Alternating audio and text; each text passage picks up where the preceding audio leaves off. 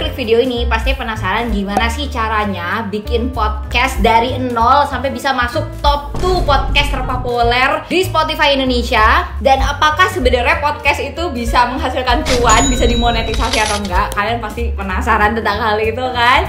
Oke, di sini aku dan kalian bisa belajar bareng-bareng dari Shirley di sini. Mungkin Shirley bisa kenalan dulu nggak sama teman-teman di sini?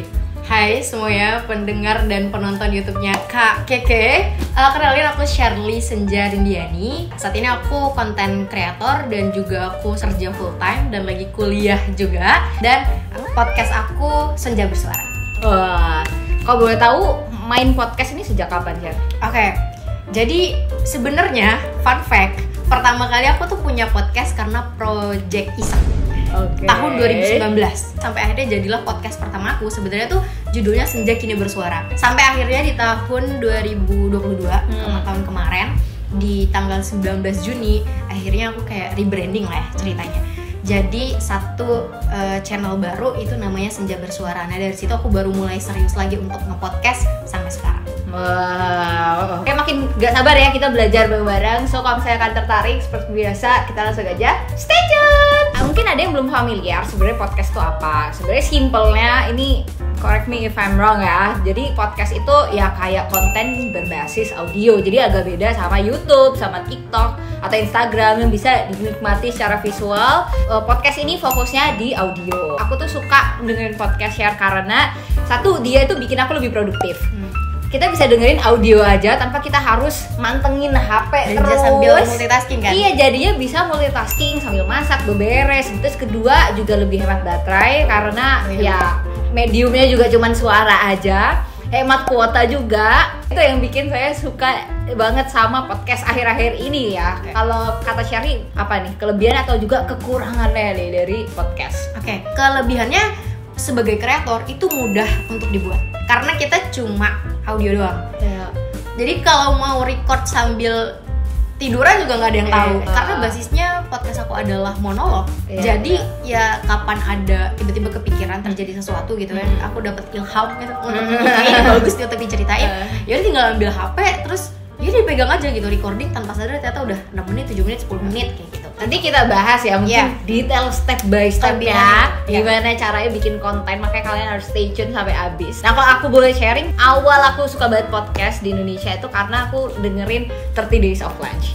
Itu kayak aku juga suka. Iya, semua orang pasti yang tertarik sama self development pasti ya dengerin mereka. Dan akhirnya dari situ aku mulai dari belajar untuk listening IELTS itu pakai podcast atau dengerin insight business. Mungkin kalau Shirley awal menemukan ide dan sekarang udah jalan setahun untuk mencari ide buat podcast itu mungkin gimana? Proses pencarian ide biasanya aku sesederhana dari pengalaman aku dan aku rasa itu bagus untuk dibagikan dan orang kayaknya perlu tahu gitu kan pesan soal ini, akhirnya aku bagikan. Sekarang mungkin yang paling penasaran teman-teman pada kumpul di sini adalah masalah peralatan nge-podcast nih. Peralatan apa aja sih sebenarnya untuk mulai, dan Shirley sekarang pakainya apa, dulu pakainya apa? Oke.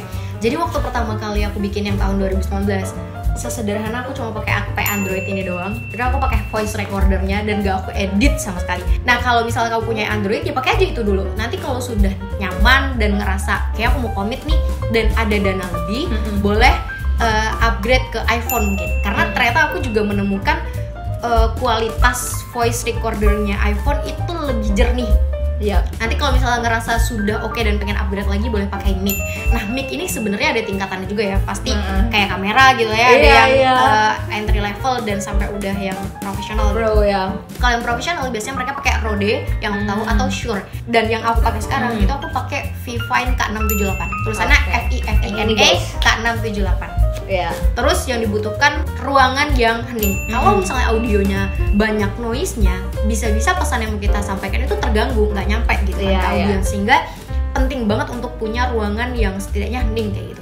Itu dari segi peralatan. Sekarang mungkin step by stepnya. Ini siap-siap teman-teman nyatet kalau misalnya teman-teman mungkin nanti pengen langsung praktek gitu ya.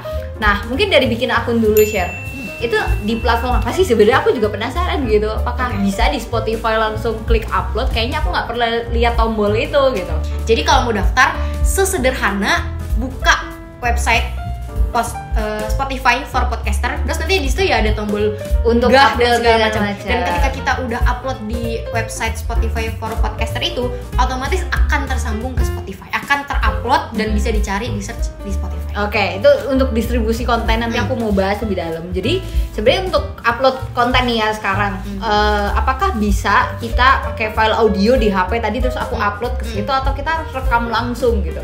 Oke, bisa dua-duanya. Bisa jadi dua-duanya. di Spotify for podcaster itu kita bisa rekam langsung, terus juga bisa upload. Edit bisa nggak? Edit bisa. Oh, edit juga Edit bisa. Cuma karena aku tidak familiar dengan fitur-fiturnya, jadi aku merasa lebih mudah kalau misalnya aku edit sebelum di-upload aja gitu. Pakai aplikasi apa boleh? Audacity. Bisa edit pakai editor video, harusnya juga bisa nggak sih? Bisa. Tapi visualnya tinggal dihilangin atau ekspornya MP3 itu, aja ya. Yang penting nanti formatnya adalah audio MP3. Terus di Spotify for podcaster itu juga dia juga nyediain lagu-lagu. Jadi kita bisa masukin back sound dan itu legal, emang tersedia di Spotify for podcaster. Oke. Jadi nggak perlu takut copyright dan lain-lain gitu ya. Kayak di YouTube kan juga biasanya kita juga disediain sama YouTube Library. Kalau pengen tahu tutorial upload YouTube yang di sini ya guys videonya. Ya sekarang kita lanjut ke podcast. Sekarang gimana sih triknya untuk, kan kita tadi udah rekam, udah ngedit, udah investasi waktu dan tenaga. Nah gimana sih memaksimalkan dalam hal judul, deskripsi, hashtag dan lain sebagainya. Aku jujur nggak tahu dan nggak tahu gimana caranya bisa jadi top 2 gitu, kayak kamu naik serut gitu di atas. Apakah judulnya, apakah apanya nih? Judul ngaruh juga, cuma kalau yang aku rasakan podcast aku benar-benar naik itu setelah dipromosikan di platform lain. Dan yang paling works adalah TikTok. Nah terus kalau bikin judul itu sudah penting juga. Bukan cuma di podcast, tapi ketika aku bikin hook di video konten aku di TikTok dan di Instagram, yang aku selalu gunakan adalah problem oriented. Artinya apa?